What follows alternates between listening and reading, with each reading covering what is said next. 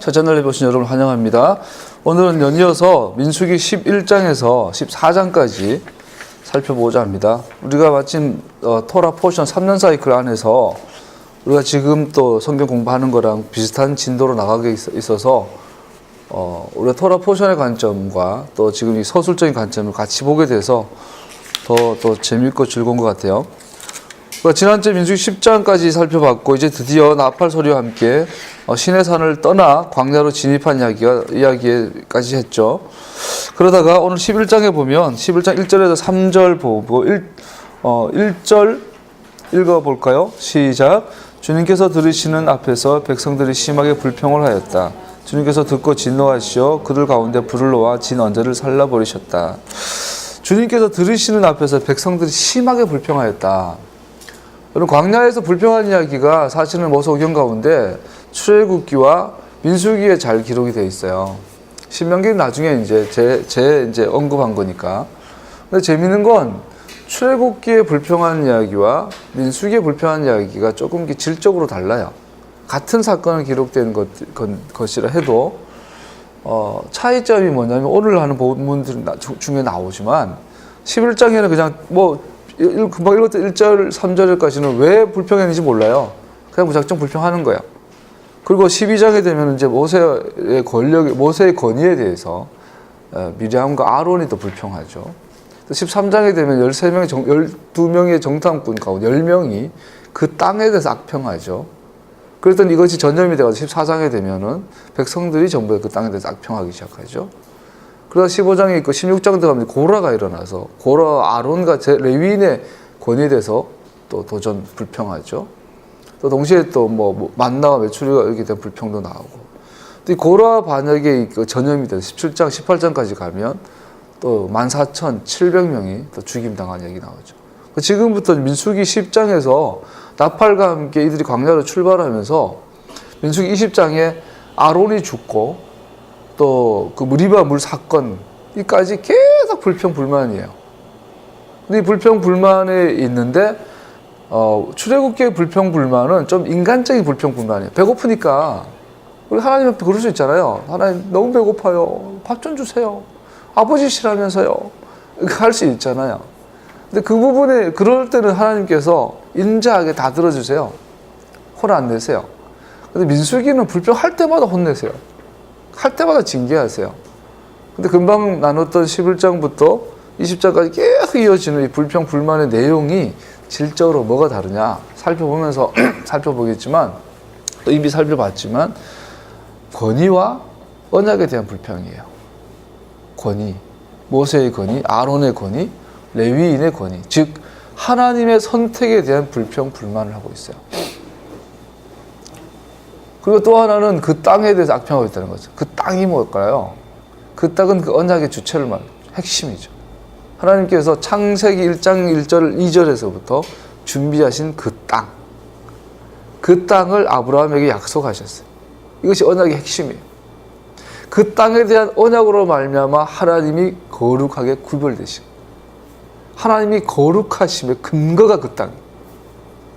그래서 하나님이 거룩하신 본질이 뭐냐면 그 땅을 구별하고 그 백성을 구별하고 그 땅에서 그 백성과 함께 사시는 것. 이것이 하나님이 거룩하심의 본질이에요. 근데 그거에 대해서 악평을 하기 시작합니다. 여기에 대해서 하나님 용서가 불가능하죠. 그래서 이스라엘은 바로 그 땅에 하나님과 사는 백성들에 대한 그림자예요. 그래서 민수기 20장 이후에 이렇게 불평불만하지만 이 이스라엘을 저주하면 내가 저주하겠다. 이 이스라엘을 축복하는 자를 내가 축복하겠다라고 하신 이 진행을 보게 되죠. 지금부터 보는 11장부터는 또 하나의 불평. 11장 1절 3절에는 시작하자마자 불평이에요. 그랬더니 하나님께서 즉각적으로 어떻게 해요?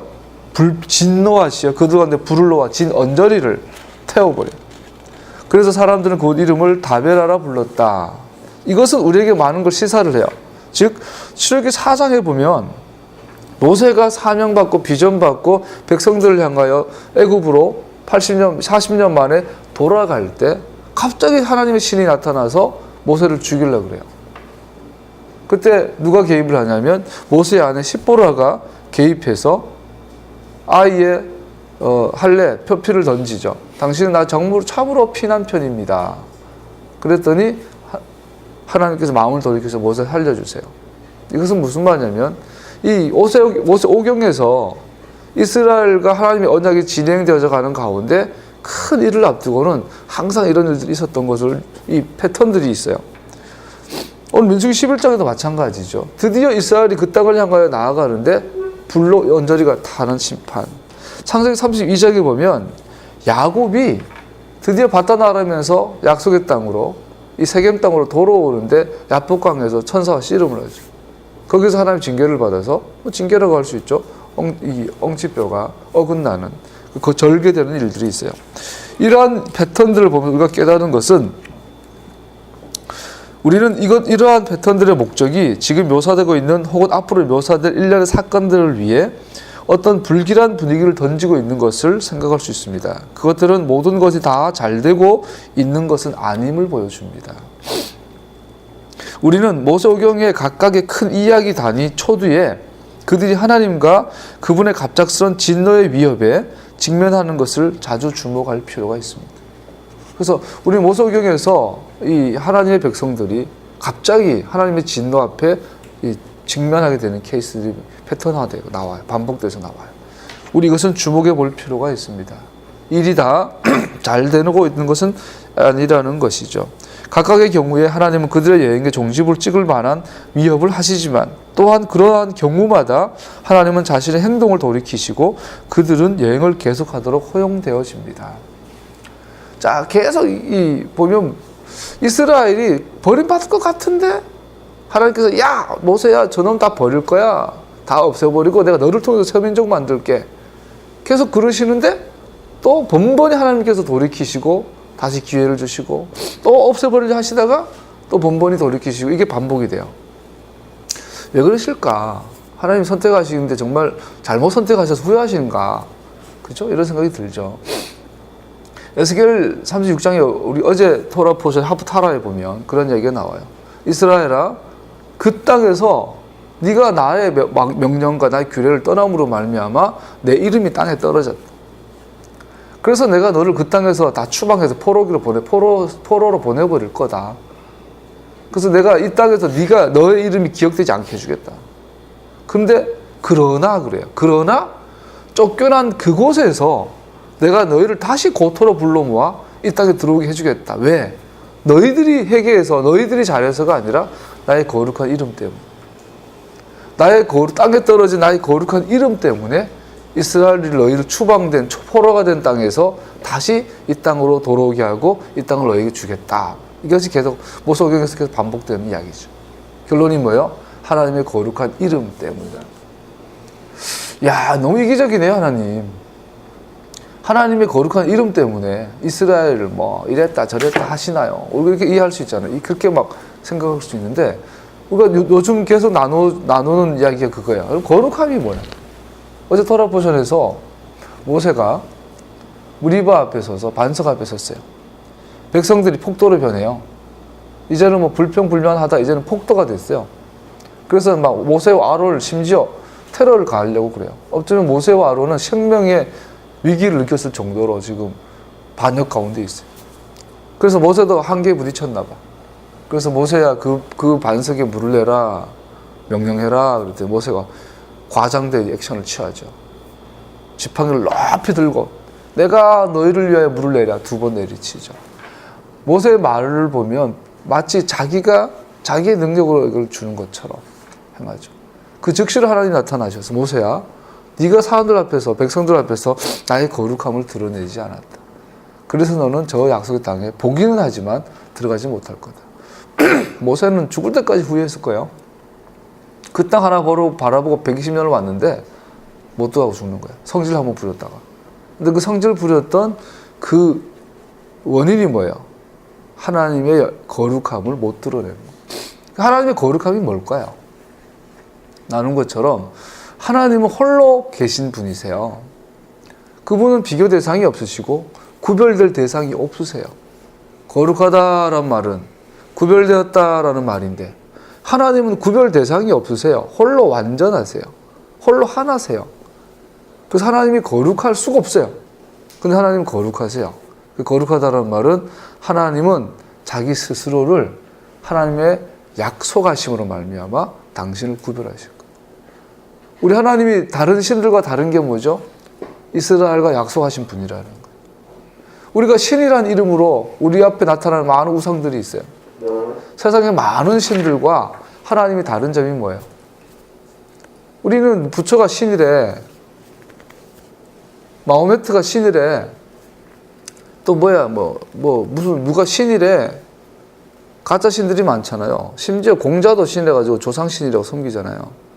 근데 그러한 신들과 하나님이 다른 점이 뭐예요? 우리 하나님은요, 이스라엘과 언약을 맺으신 분, 할렐루야. 이 언약에 당신을 구별하셨어요. 이것이 하나님의 거룩하심의 핵심이에요. 즉, 이스라엘과 무슨 언약을 해요? 그 땅을 주겠다고 언약한 거예요. 그 땅에 대해서 약속하시고, 네가 그 땅에 들어가면 내가 너의 아버지가 되어져서 네가 먹을 것과 입을 것을 책임져 주겠다. 내가 너의 왕이 되어서 너를 보호해 주겠다, 영원토록. 내가 너의 친구가 되어져서 내가 영원토록 너와 함께 우정을 나누겠다. 내가 너의 신랑이 되어져서 내가 너와 함께 영원토록 기쁨을 함께 누리겠다. 이게 언약이에요. 이스라엘과 맺은 땅에서 대한 언약이에요. 여기에 대해서 주님께서 신실하셔요. 이것이 주님의 거룩하심이에요.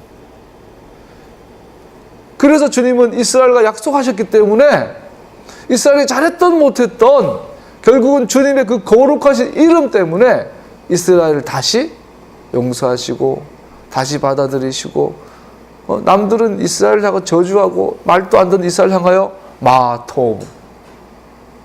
이스라엘의 거처가 얼마나 그리 아름답냐. 이스라엘에게서 난 죄를 발견하지 못한다. 이스라엘이 머무는 저 진이 얼마나 아름답냐. 누가 감히 이스라엘을 욕하냐. 이스라엘 저주한 자를 내가 저주할 거다. 이스라엘 축복한 자를 내가 축복할 거다. 이것이 하나님의 거룩하심이에요. 그래서 이스라엘을 보호하시고 지키시고 먹이시고 재우시고 안아주시고 품어주시고 입혀주시는 하나님. 이게 거룩하신 하나님. 그런데 모세는 마치 하나님이 그 반석에서 물이 나오는 것은 생수는 물은 하나님으로부터 오는 사실을 망각하고 마치 모세는 자기가 주는 것처럼 내가 물을 내려야 한단 말이죠. 했던 것처럼 어떤 거예요? 하나님의 거룩하심을 드러내지 않았어요.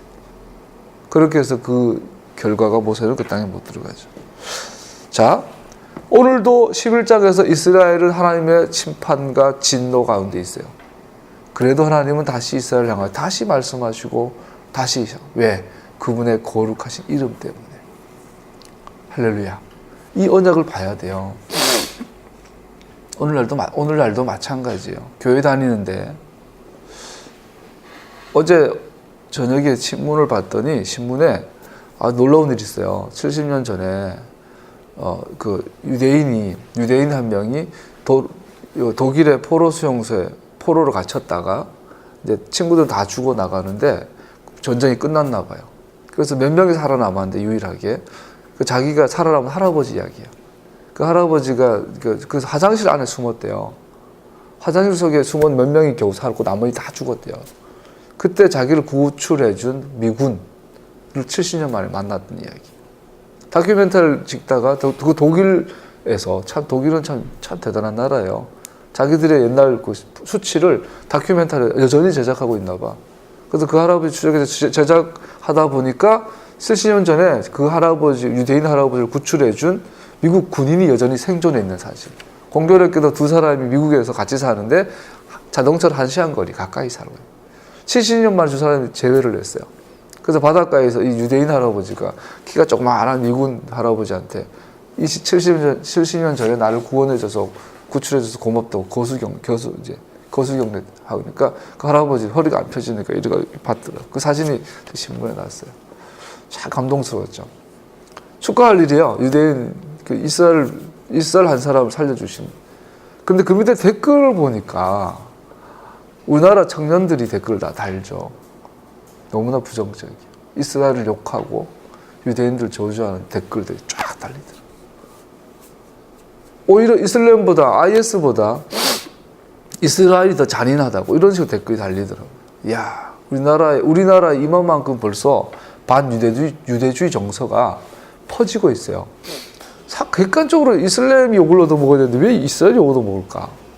그냥 사실만 바라봐도 그런데 이상한 이게 악한 영의 역사죠. 자, 이스라엘을 저주한 자를 하나님 저주하세요.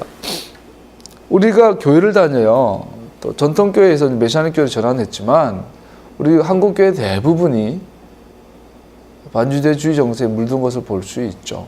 이것은 하나님의 거룩하심에 대한 도전이에요. 이스라엘을 경홀히 여기는 자, 이스라엘을 무시하는 자, 이스라엘을 저주하는 자는 하나님의 거룩하심에 대한 도전이에요. 심각한 이야기죠. 그래서 하나님께서 반드시 메시아의 부흥과 회복을 일으키실 것입니다. 왜? 당신의 그 거룩하신 이름 때문에. 할렐루야. 11장 4절에서 35절 보면 그 유명한 만나와 하나님의 영에 대한 이야기가 나옵니다. 배고파요 그랬더니 이제는 막 만나를 보내주시죠. 이 만나는 생명의 하늘의 떡에 대한 이야기죠. 이 부분 빨리 넘어가고 이때 계속 이 민수기에서 불평불만하는 사람들 내용이 뭐냐면 애굽을 떠난 것에 대한 후회예요. 야, 저 젖가꾸리 흐리는 저 가나안 땅보다 저 애굽이 젖가꾸리 흐른데 나중에 16장에 보면 고라가 뭐라고 그래요? 모세 네가 뭔데 우리를 젖가꾸리 흐르는 애굽 땅에서 인도하여 이 죽음의 땅으로 인도해냈냐라는 거야. 13장에서 10명의 정탐꾼이 약속의 땅을 악평할 것에서 그 정도가 아니라 이제는 고라 자손은 약속의 땅을 악평할 뿐 아니라 하나님이 저주하신 애굽 땅이 젖가꿀이 흐르는 땅이래. 그랬더니 즉시로 하나님 진노가 임해서 산처럼 음부에 떨어지는 징계를 받죠. 이 고라의 반역이죠. 그러한 가운데 11장에 보면 모세가 얼마나 답답했겠어요. 그때 11장 25절 읽어볼까요? 시작. 그때 주님께서 구름에 휩싸여 내려오셔서 모세와 더불어 말씀하시고 모세에게 내린 영을 장로들 70영에게 내리셨다. 그 영이 그들 위에 내버려 머물자 그들이 예언하였다. 그것은 처음이자 마지막이다. 그들은 다시는 예언하지 않았다. 자, 하나님께서 이러한 정말 못 알아들어요. 그죠? 하나님의 영은 자, 여러분, 하나님께서 창세기에 보면 그 땅을 품으시고 그 땅을 향하여 빛을 비추시고 그 땅을 구별하고 좋은 땅을 위해서 물과 땅을 나누시고 그 땅 가운데 나무와 초목과 새와 물고기와 동물들이 살게 하시는 이 창세기 1장의 창조의 이 여정 가운데 이 여정을 아싸하신 분, 이 여정을 실제로 눈에 보이게 실제적으로 메이크하신 만드신 분이 누구세요? 성령님이세요. 하나님의 영이세요. 성령님이 뭐예요? 하나님의 거룩한 이름을 이 땅에 실현하는 자예요. 성령님은 하나님의 창조를 이 땅에 하는 행위세요. 이스라엘을 이 땅에 실제로 보호하시고 실제로 이스라엘을 역사하시는 하나님의 실제세요. 이 성령님이세요. 이 성령님이 임하시면 어떤 이 가장 큰 특징이 뭐예요? 언약에 대해서 눈이 열려요. 그 땅을 보시는 하나님, 그 땅에 거할 백성, 즉 이스라엘을 보시는 하나님의 관점, 하나님의 계획, 하나님의 마음이 이해되어지는 거예요. 그래서 이 70인 장로, 모세가 답답했겠죠. 얘들아, 아니 아직도 애굽을 그리워하느냐? 저 눈앞에 있는 젖가꾸리 흐르는 저 땅이 우리 앞에 있는데 너희들은 아직도 애굽이 더 좋아 보이느냐? 어쩌면 이렇게 무식하냐? 이렇게 못 알아듣냐? 그렇게 모세가 하나님의 영이 임하면 괜찮은데 저들이 하나님의 영이 임하면 이게 하나님이 무슨 생각하시는지 하나님이 무슨 말씀하시는지 하나님의 계획을 알 텐데 했더니 하나님의 영이 70인 장로에 임하죠. 그랬더니 어떻게 돼요? 이제 여호수아가 이번에 여호수아가 실수를 해요.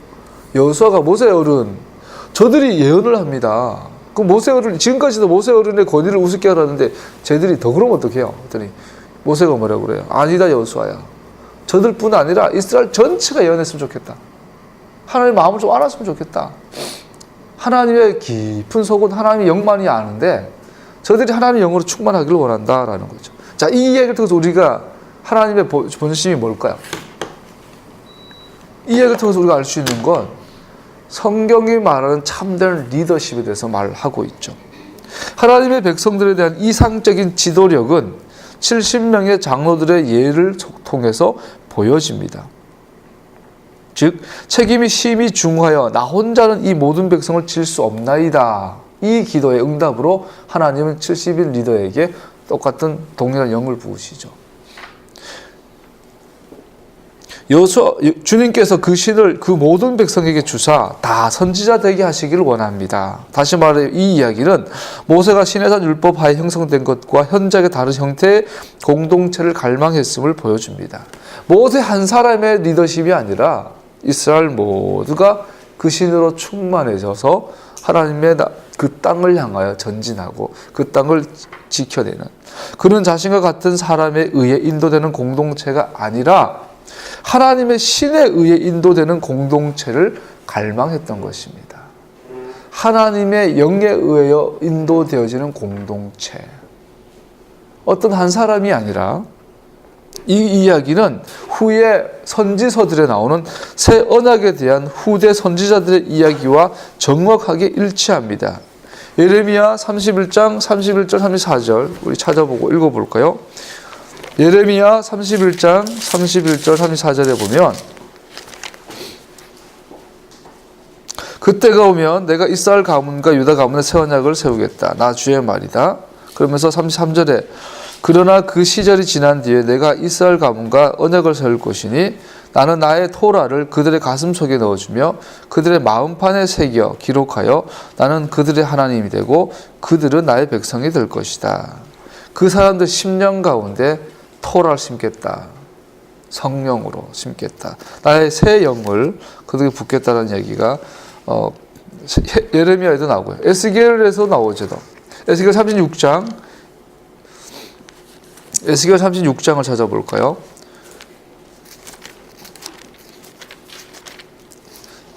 어, 36장 26절에 보면요.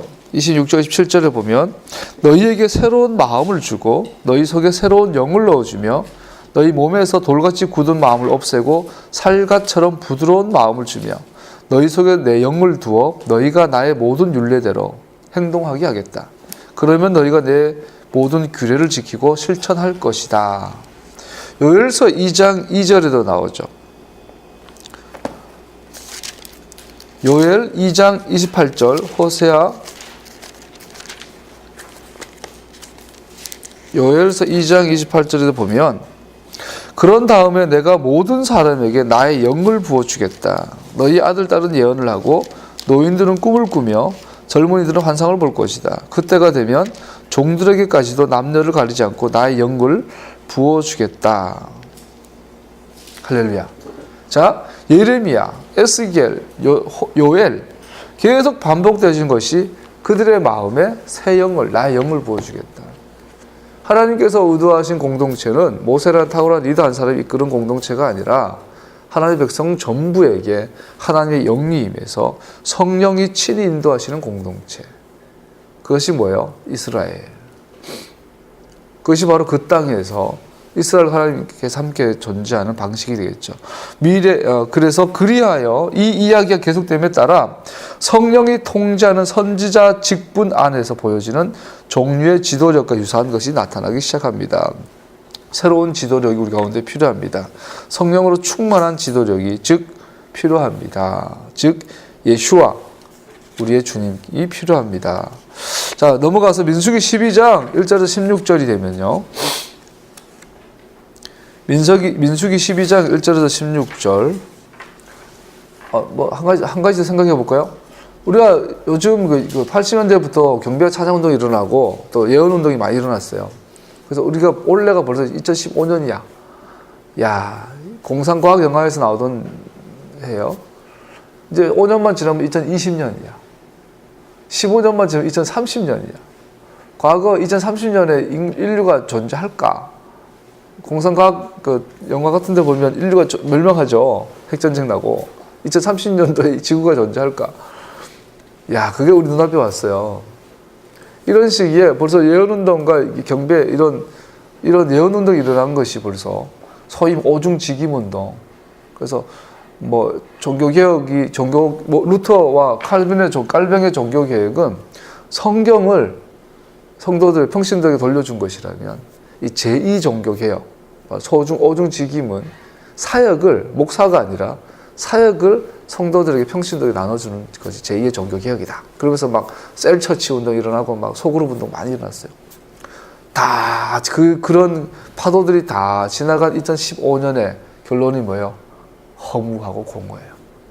그런 운동을 주도했던 자들이 지금은 떵떵거리고 왕처럼 살아가며 아니면 변질되고 음란에 빠지고 권력력에 빠지는 우리 교단에서 그런 모습들이 다 이미 결과가 그래요. 지금 아직도 신사도 운동 그래서 그런 망령에 사로잡힌 또 운동하는 사람들이 많아요. 성경은 모든 사람들의 심령에 영을 부어줘서 하나님의 음성을 듣고 따라가는 공동체, 이거에 대한 완성된 모습을 흉내낸 운동들이었죠. 자, 왜 같은 하나님 영으로 하나님 예언을 하는데 공동체가 깨질까요? 여기도 예언하고 저기도 예언하는데 둘이 싸워. 그죠?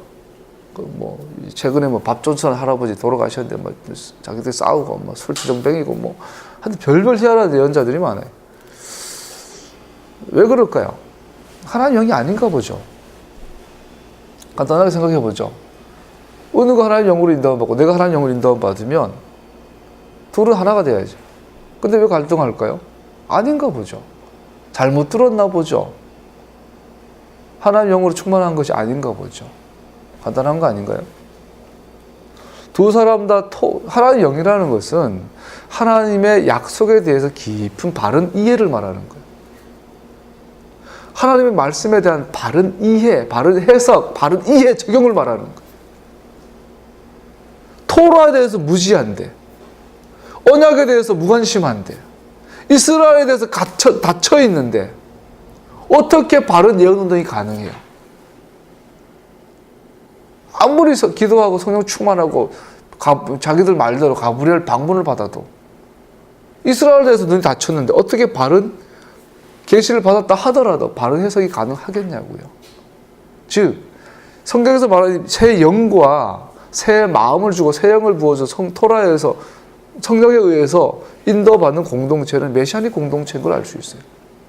그리고 그것은 궁극적으로 예수님 오셔야만 가능한 것을 알 수 있어요.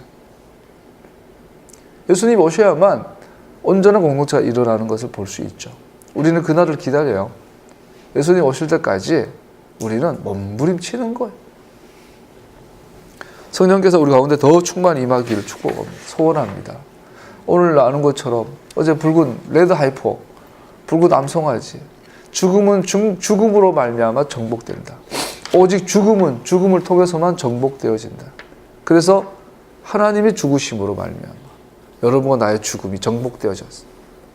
주님이 고통과 고난과 이 당하심으로 말미암아 우리가 죄로부터 구원받고 병으로부터 치유받았어. 이 복음이 우리의 몸에서 생수의 강으로 흘러가기를 오직 성령으로만 우리 가운데 그러한 일들이 일어나기를 예수님 축복합니다. 그 꿈 꾸세요.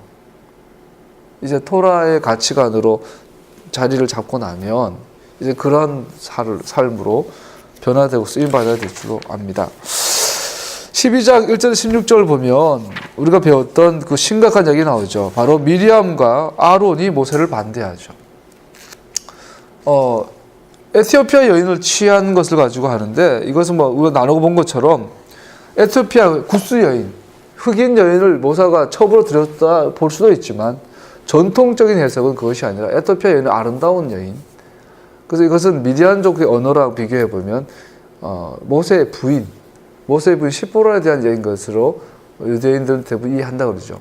그렇게 받아들이는 게 더 좋을 것 같아요. 정확한 아무도 모르죠. 어쨌든 이 일을 가지고 웬일인지 미리암이 질투한 건지 모세의 권위에 도전해요. 그래서 모세 네가 뭔데? 너만 하나님 예언 받냐? 너만 하나님 영이 충만하냐? 너만 하나님의 음성을 듣냐라고 말했죠. 그때 하나님께서 즉각적으로 나타나시죠. 조금도 망설임 없이 나타나셔서 하나님 구름으로 가득 해버려요. 결과적으로 말하면 미리암은 그 즉시로 회개한 걸 알 수 있어요. 하나님 임재가 오자마자 그냥 내가 잘못했구나. 나중에 보면 그래서 너희는 나의 말을 들어라. 너희 가운데 예언자가 있으면 나 주가 한 성으로 그에게 알리고 그에게 꿈으로 말해줄 것이다. 그러나 나의 종 모세는 다르다. 그는 나의 온 집을 충성스럽게 맡고 있다. 그는 나의 충성스러운 사환이다.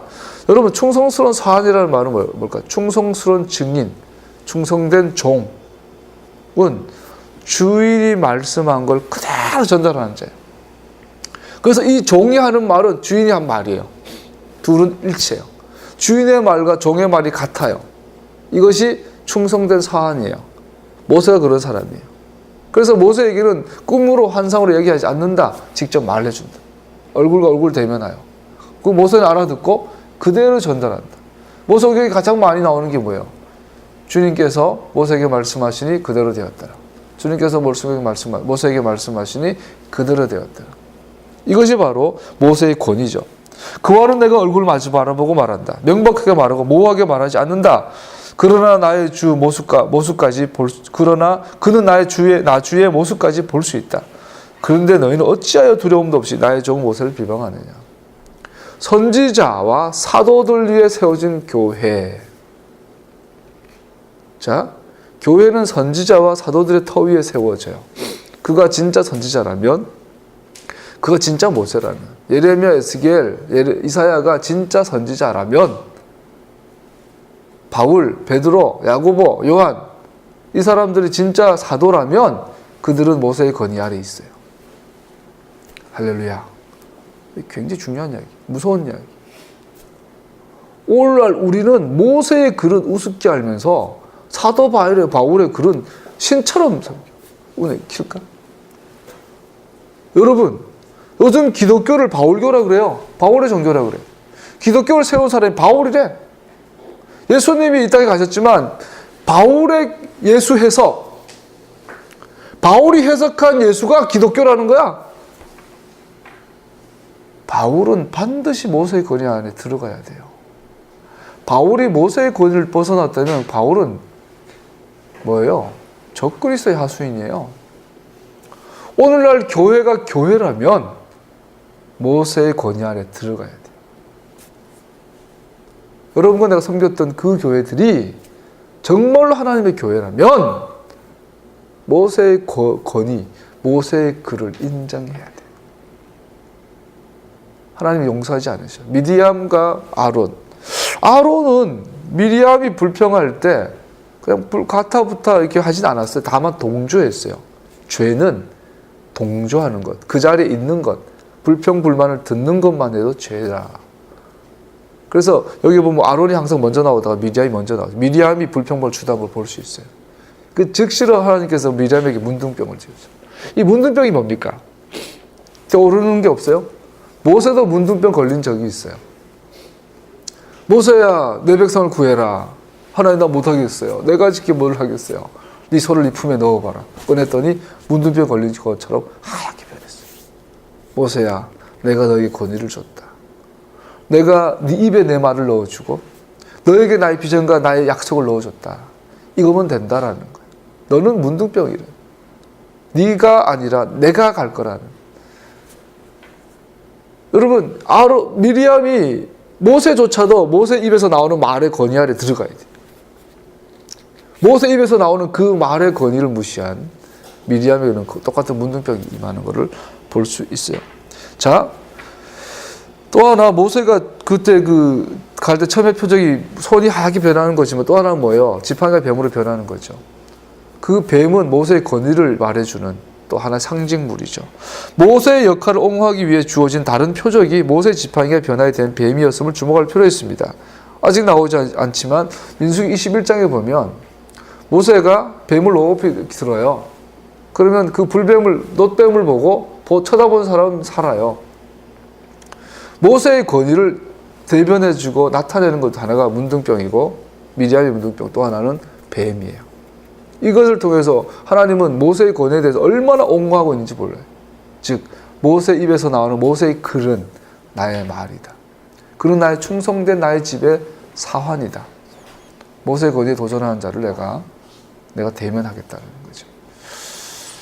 이게 메시아닉 운동이라는 것이 이러한 것을 발견하고 토라의 재발견, 토라란 예수님께서 리빙 토라인 것을 보는 이 토라가 우리 가운데 해석되어 다라시되어지고 적용되어지는 것이 우리의 숙제고, 이것은 오직 주의 영으로만 가능한 것이. 그래서 봤던 1세기 교회는 정확하게 메시아닉 공동체였고, 1세기 교회는, 초대 교회는 정확하게 모세의 글에 대한 바른 해석 공동체였고, 예수님이 이 땅에 오신 목적은 정확하게 모세의 글을 완성하기 위해서, 즉 바르게 해석하기 위해서. 할렐루야. 이것을 봐야 됩니다. 그 모세의 글에 의하면 절기를 지키는 것은 생명을 왔다 갔다 해요.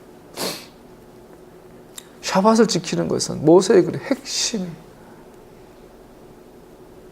우리는 하나님의 말 토라를 떠나서 다니엘에 보니까 이 모세의 글을 왜곡하고 변개시키는 것이 적그리스도. 안타깝게도 지난 2000년 동안 교회는 에피파네스 사사가 했던 짓을 반복해 왔어요. 샤밧 금지, 토라 공부 금지, 뭐 할례 금지, 뭐 금지, 뭐 금지. 모세의 글을 공부하는 걸 금지시켰어요. 지금도 교회들은 그러고 있어요. 변해야 될 줄 압니다. 여러분, 내가 가야 되는 길이 참 변한 것 길이에요. 그러나 하나님께서 함께 하시는 것을 보고 있는 것을 봅니다. 자, 13장, 14장을 살펴보고 마칩시다. 13장 1절에서 25절까지는 정탐꾼을 보내죠. 잘하는 얘기. 13장 26절, 33절에 보면 정탐꾼의 보고가 있죠. 우리 13장 28절 읽어볼까요? 시작. 그렇지만 그 땅에 살고 있는 백성은 강하고 성읍들은 견고한 요새처럼 되어 있고 매우 큽니다. 또한 거기에서 우리는 아낙 자손도 보았습니다. 자, 그러면서 32절 읽어볼까요? 시작.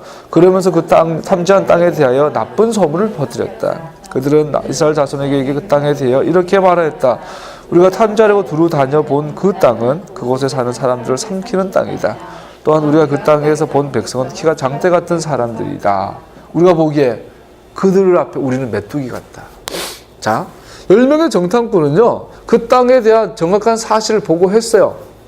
적과 꿀이 흐릅니다. 포도송이가 이만해요. 그리고 그 땅에 아낙 사람들, 거인족이 살고 있는 것도 정확하게 사실을 보고했어요. 문제는 보고가 잘못된 것이 아니라 그들의 평가라는 거예요. 10명의 정탐꾼은 갈렙과 여호수아와 똑같이 그 땅에 대해서 정확한 사실, 팩트를 보고했어요. 근데 문제는 갈렙과 여호수아와 10명의 정탐꾼의 차이는 갈렙과 여호수아는 하나님의 약속을 믿었어요. 그 약속을, 하나님이 저 땅을 우리가 줄 거라는 약속을 믿었고, 그 땅을 취하게 하실 분은 하나님이 그 땅을 정복하시고 하나님이 그 땅을 정복해서 이스라엘에게 줄 것이라는 걸 믿었던 거예요. 그런데 10명의 정탐꾼은 그 땅에 대한 팩트를 그대로 보고했지만 평가가 달랐어요. 그 땅에 대해서 나쁜 평가를 내리죠. 악한 평가를 내리죠. 12명의 정탐꾼 가운데 오직 여호수아 갈렙만이 도우시는 하나님을 믿었고 10명은 믿지 않았어요. 뭘? 약속을. 이 이야기를 통해 우리가 알 수 있는 것은 뭘까요?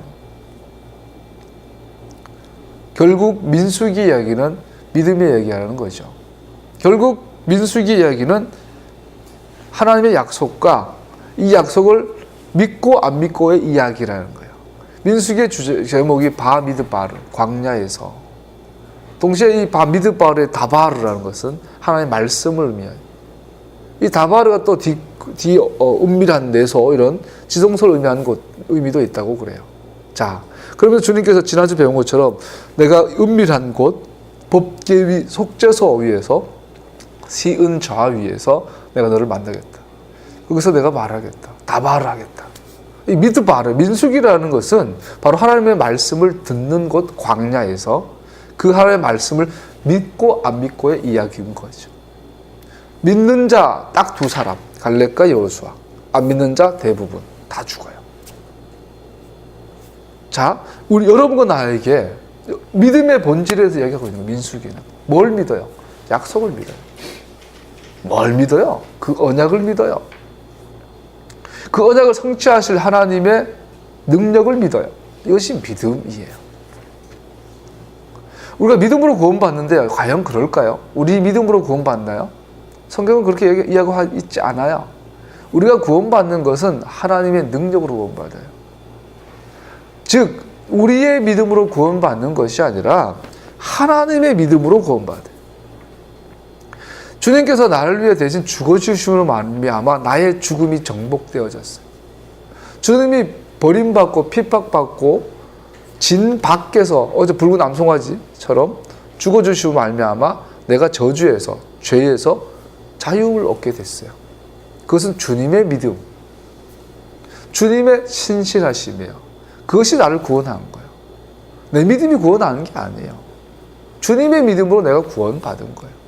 나는 주님의 그 믿음에 아멘 하고 말할 뿐이에요. 13장에 보면 그들이 악평하죠. 차라리 죽었더라면 애굽에서 저 메뚜기같이 붙어서 살다 죽는 것보다 저 땅이 사람을 삼키는 땅인데 그 땅에 가면 다 죽을 건데 약속의 땅에 가서 죽는 것보다 차라리 이 고생 안 하고 애굽 땅에서 죽었더라면 그들이 말하죠. 그때 하나님께서 어떻게 해요? 네 말이 내게 들린 대로 그대로 행해 주겠다. 너네들은 그 악평을 했던 너네들은 다 죽을 것이다. 한 명도 못 들어간다 그때는. 말. 어제 에녹이랑 대화하다 그런 이야기 했는데 여러분 말과 생각이 뭐가 다를까요? 이런 표현을 해줬어요. 유명한 화가가 그림을 잘 그려요. 멋지게 그렸어요. 그런데 마지막에 보통 화가들 거기다 뭐예요? 낙인을 찍죠. 자기 이름을 쓰고 사인하잖아요. 그러면 그 그림은 완성체가 돼요. 막 몇십억에 팔리기도 해요. 그런데 아무리 유명한 화가가 김홍도가 레오나르도 다빈치가 뭐 피카소가 그림을 그렸지만 거기다가 피카소 사인이 없으면 어떻게 돼요? 이건 진품이 아니야. 몇천 원짜리 그 미장원에 걸려있는 그림이 될 수도 있어요. 우리의 마음의 생각이 마치 그림이라면 우리 입의 말은 낙인을 찍는 거예요. 그래서 우리의 입술의 고백이 얼마나 중요한지 몰라요. 생각과 마음이 하나님을 향하여 하지만 우리 입술의 고백이 믿음의 고백이 되어야 하죠. 할렐루야. 13장에서 가나안 땅의 정탐꾼들은 마음 자체가 악했고 그것이 입으로 나와 표출이 된 것을 볼 수 있어요. 자, 믿음으로 구원받는다. 우리는 믿음의 마음, 믿음의 언어. 뭘 믿어요? 주님께서 우리를 위하여 행하신 그 일을 믿는 거예요. 그게 뭡니까? 날 위해 죽어주신 거. 십자가에 달려서 피 흘리고 채찍 맞고 날 위해 죽어주신 것을 내가 믿는 거예요. 인정하는 거예요. 그래서 입으로 마음으로 믿어 의에 이르고 입으로 시인하여 구원에 이르느니라. 그런데 여기서 멈추면은 그냥 이신칭이 그 아멘 눈물 흘리고 마는데 주님께서 여러분과 나를 위해서 왜 죽었어요? 왜 죽으셨냐고. 십자가를 보지 말고 십자가 가리키는 달을 보라고. 예수님이 죽으실 때 말해요. 야, 나를 보지 말고 내가 왜 죽었는지 보라고. 우리의 믿음 거기 걸려 있는 거예요. 죽으신 예수님을 위해 우리의 믿음이 있지만 이 말은 동시에 예수님이 죽으신 목적이 뭐냔 말이에요. 언약 아니에요, 언약. 그 언약의 땅에 데리고 가려면 살려야 될 거 아니야, 이놈을. 이스라엘이 아까 본 것처럼 자꾸 불평불만하고 죽은 자 같이 살아. 그 하나님께 불러 태워버려야 돼. 그래서 이스라엘을 회복시켜야 그 땅에 들어갈 거 아니에요. 우리를 위해 죽어주셔야 그 땅에 들어갈 거, 언약이 완성될 거 아니에요. 주님께서 우리를 위해 피 흘리시는 그 목적이 뭐예요? 언약의 회복, 언약의 완성이에요. 그래서 우리 믿음은 결국은 하나님의 말씀, 언약에 있다. 이것을 믿는 것이 믿음이에요. 갈렙과 여호수아는 그 믿음, 그 약속을 믿었어요. 그래서 그 땅을 향하여 호평했어요. 과연 젖과 끓이 흐른다. 저들이 크지만 하나님이 우리와 함께 하시면 저들 우리의 밥이라. 완전 반대된 시각이 있는 거죠. 우리의 믿음, 예수님을 믿고 믿는 믿음으로 구원받은 오늘날 소위 크리스찬, 우리들의 믿음의 근거는 주님 언약이라는 걸 볼 수 있어요. 언약을 무시하고 예수님 믿고 예수님의 믿음으로 난 구원받았고 난 예수님의 자녀고 주를 성수하고, 이게 무슨 코미디예요, 코미디. 앞뒤가 전혀 맞지 않잖아요. 예수님이 다 얘들아 그러라고 내가 너 위해 죽은 거 아니야. 내가 너 위해 죽은 그 목적을 왜 모르냐. 아브라함과 내가 맺었던 언약, 노아와 맺었던 언약, 여자의 후손과 맺었던 그 언약, 이 회복이 나이가 너를 위해서 죽으신 궁극적인 목적인데 어쩌면 이렇게 못 알아듣냐. 그래서 하나님께서 가장 먼저 진노하신 게 누굴까요? 목사님들이죠. 지금 설교하고 있는. 어쩌면 성경을 그렇게 해석을 해서 성도들 엉뚱한 짓 하게 만드냐? 왜 교회를 다니면 다닐수록 교만해지냐? 평신도 때보다 서리집사, 안주집사, 장로가 되면 왜 더 목이 고다지냐? 이거 참 기적이다. 집사 때보다 권세가 되니까 더 말 많고 더 흉보는 자가 됐냐? 왜? 참 기적이다. 신학교 1학년 때 들어가면 목사인데 졸업할 때 되니까 평신대가 졸업한다 하더라. 참 기적이다. 어쩌면 이렇게 믿음에 대해서 무식하냐? 나의 믿음은 나의 언약 가운데 돌아와라. 나의 토라의 권위하려 들어와라 라고 말씀하고 있는 거죠. 그런 회복이 우리 가운데 일어날 줄 믿습니다. 14장에 보면 백성들의 불신앙이 이제 전염된 걸 봐요. 문제는 전염성이에요. 10명의 정탐꾼이 악평했더니 이것이 전염이 되죠. 하나님이 정탐꾼들의 보고에 대한 백성들의 두려움에 가득한 반응을 불신앙의 행동으로 부르고 있는 것을 주목하는 것이 오늘 본문의 핵심입니다. 자, 저들이 불평하고 있는 이 모든 것을 하나님이 뭐로 보고 있냐면 믿지 않는구나. 뭘 안 믿어요? 약속을. 불신앙의 본질은 뭘까요?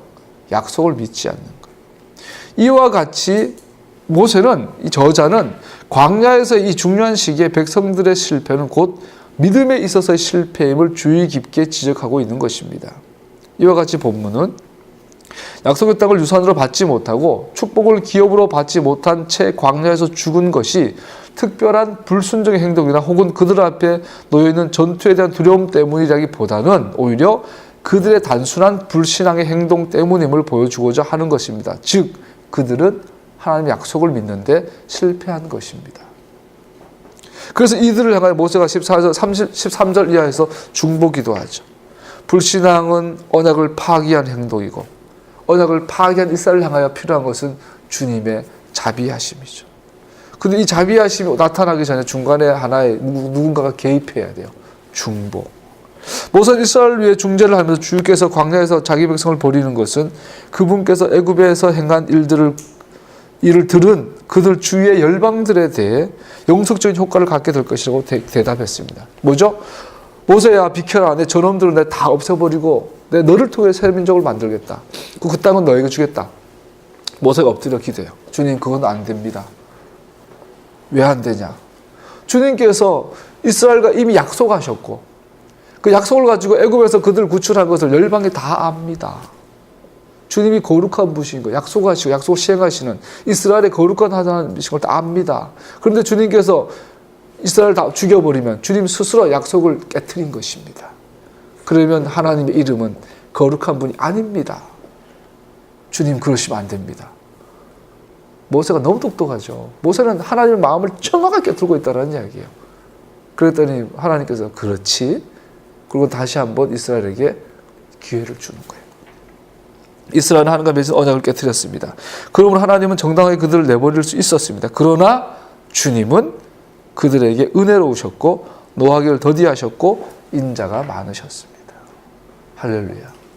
이스라엘이 이 땅에서 영원한 이유는 하나예요. 약속했기 때문에. 이스라엘이 잘나서 이 유대인들이 착각하는 게 그거잖아요. 자기가 선민 백성이래. 택함 받았대. 특별하대. 그 자기는 막 대충 막 이방인들 향하여 막 별짓을 나쁜 짓을 해도 자기는 유대인이기 때문에 자기는 버림을 받지 않는데 다음 세상에 나는 유대인이기 때문에 구원받는데 이런 거짓 복음 갈라디아에서 말하는 거짓 복음은 그거를 말하는 거예요. 유대인의 신분이 구원받는다. 그래서 구원받으려면 할례 받아라. 즉 유대인으로 개종해라. 그러면 구원받을 거다. 이 거짓 복음을 향하여 사도 바울이 천사로도 저주받아라. 이런 거짓 복음을 전하면 천사로 저주받아라는 거예요. 이것이 다른 복음이에요.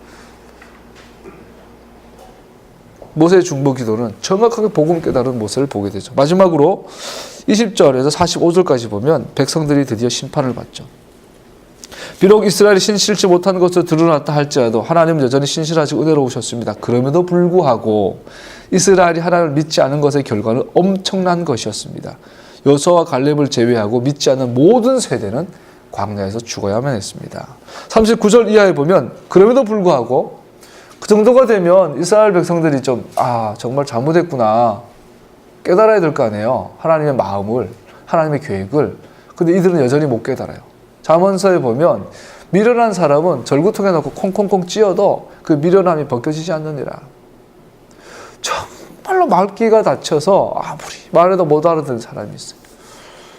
여러분, 성경의 주제는 하나예요. 내가 말하는 자니까 알아들어라. 제발 좀 알아들어라. 요한계시록 가서 하나님이 얼마나 답답했으면 귀 있는 자는 좀 들어라. 예수님도 오셔가지고 아주 신중하게 말씀하시죠. 듣는 귀. 듣는 귀가 없다 저들이. 보는 눈이 없다. 깨닫는 마음이 없다. 여기 이스라엘 백성들이 그래요. 아무리 말해도 못 알아들어요. 그래서 너네들 약속을 듣고 못 알아듣는 너네들은 광야에서 다 죽을 거야. 그럼 그때라도 회개하고 주님 잘못했어요. 달게 받아들여야 되는데 이들의 반응이 뭐예요? 이번에는 하나님의 도우심 없이 약속의 땅을 취하고자 어리석은 시도를 합니다.